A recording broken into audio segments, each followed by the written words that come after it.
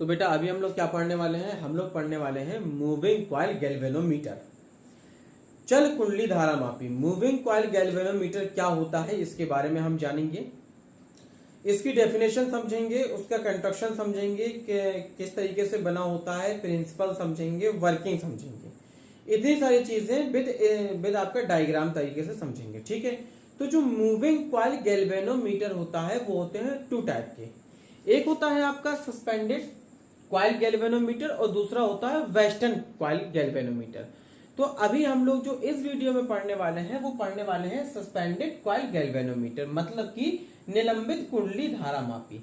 अब एक्चुअली में निलंबित कुंडली धारा मापी क्या होती है, फर्स्ट ऑफ ऑल इसकी डेफिनेशन क्या होगी, इसका कंस्ट्रक्शन कैसे होगा, डायग्राम किस तरीके से बनेगा, ये किस प्रिंसिपल पर कार्य करेगा और इसका वर्किंग क्या होगा।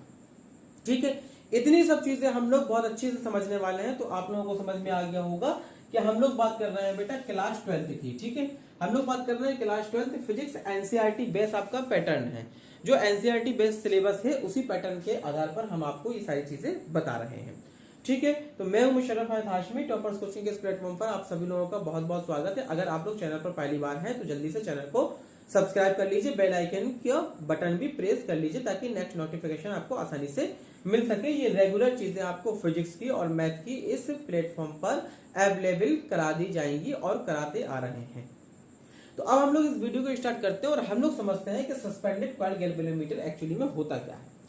एक्चुअली में ये क्या होता है कि जो आपका करंट होता है, करंट को डिटेक्शन और मेजरमेंट करने के लिए जो यूज करने वाला एक सिस्टम होता है उसको हम सस्पेंडेड कॉइल गैल्वेनोमीटर कहते हैं।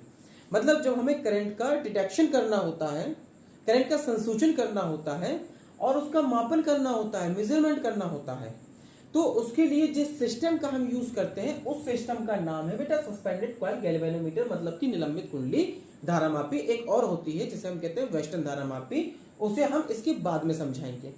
पहले आपको समझा रहे हैं सस्पेंडेड कॉइल गैल्वेनोमीटर। अब एक्चुअली में गैल्वेनोमीटर का काम हमने आपको बता दिया कि करंट को डिटेक्शन करना और मेजरमेंट करना, ये दो चीजें होती हैं।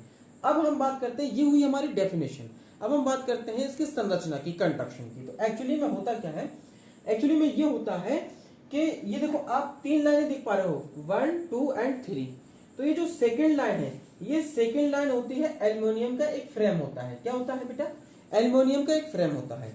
इस एल्युमिनियम के फ्रेम के ऊपर एक लाइन और देख पा रहे हो, तो उस एल्युमिनियम के ऊपर तांबे के पतले पतले आइसोलेटेड तार, आइसोलेटेड होते हैं जो अलग अलग होते हैं, उनको एल्युमिनियम के फ्रेम पर लपेट दिया जाता है। यहाँ पे लिखा हुआ है ना तांबे के तार की कुंडली। तो ये जो सबसे बाहर आपको दिखाई दे रही है ये एक कॉइल है जो तांबे के तारों से मिलकर के बनी है, पतले पतले तांबे के तारों से मिलकर के बनाई गई है और एल्युमिनियम के फ्रेम पर लपेट कर बनाई गई है, जबकि तार कैसे हैं, आइसोलेटेड है, अलग अलग है।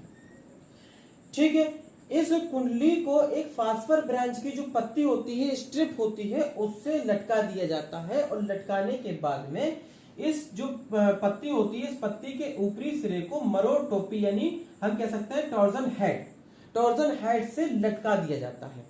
अब इस कॉइल को लटकाया कहाँ जाता है बेटा, इस कॉइल को लटकाया जाता है चुंबकीय क्षेत्र में। एक तरफ आप देख रहे हो मैग्नेट स्पाइस, एक ये है, एक मैग्नेट स्पाइस ये है, या पीस हम कह सकते हैं, magnet piece, north magnet piece and south magnet piece. इन दोनों पीसों के बीच में हम लटका दिए जाते हैं।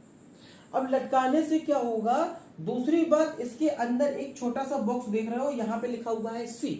सी का मतलब होता है क्रोड। ये नर्म लोहे की एक क्रोड बनाई जाती है और ये एल्युमिनियम के फ्रेम के अंदर, मतलब कुंडली के अंदर ऐसे सेट की जाती है कि वो फ्रेम को टच ना करे। तो इसका काम क्या होता है, टच ना करे, इसका काम ये होता है कि ये जो मैग्नेट फील्ड है ना, ये मैग्नेट फील्ड को रेडियल कर देती है। रेडियल मतलब संकेंद्रित कर देती है, जिससे क्या होता है, इनके बीच में जो मैग्नेटिक फील्ड है उस मैग्नेटिक फील्ड का पावर बढ़ जाता है। मैग्नेटिक फील्ड का पावर बढ़ाने के लिए हम यहाँ पर क्रोड रखते हैं और क्रोड रखने के बाद में इसका पावर बढ़ जाता है।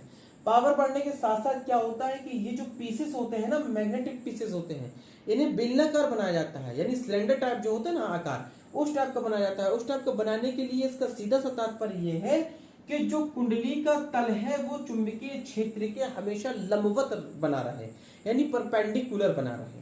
अब थोड़ा सा और नीचे चलते हैं तो जो कुंडली का नीचे वाला सिरा है, वो कुंडली का नीचे वाला सिरा एक स्प्रिंग के थ्रू टच करा दिया जाता है। वो कौन सी स्प्रिंग होती है? वो होती है लूजली बाउंड स्प्रिंग होती है। ठीक है, लूजली बाउंड स्प्रिंग से इसे टच करा दिया जाता है।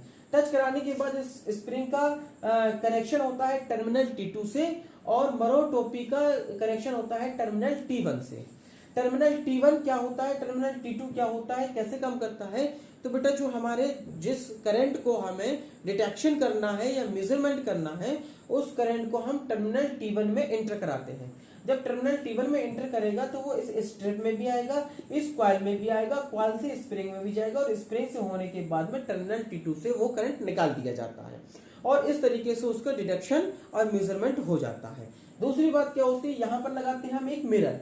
मिरर एम आपको नजर आ रहा होगा, ये स्ट्रिप के निचले भाग में एक हम मिरर लगाते हैं।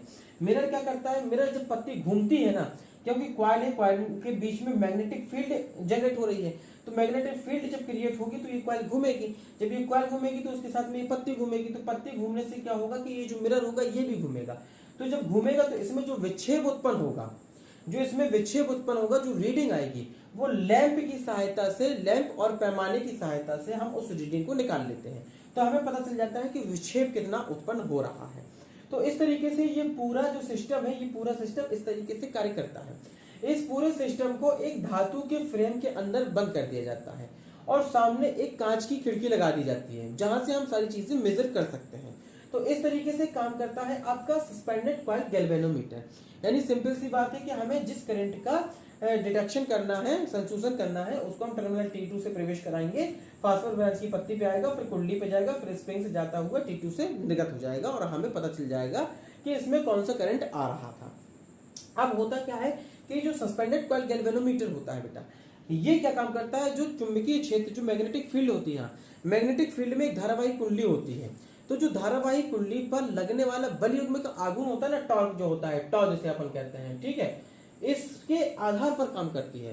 तो अगर हम टॉ की वैल्यू देखें यहाँ पर, तो टॉ की वैल्यू कितनी होती है, टॉ की वैल्यू होती है NIAB sin थीटा, ठीक है ना, NIAB sin थीटा, जहां I करंट होता है, A एरिया होता है कॉइल का, B मैग्नेटिक फील्ड होती है, थीटा AB के बीच का एंगल होता है, और N फेरों की संख्या होती है।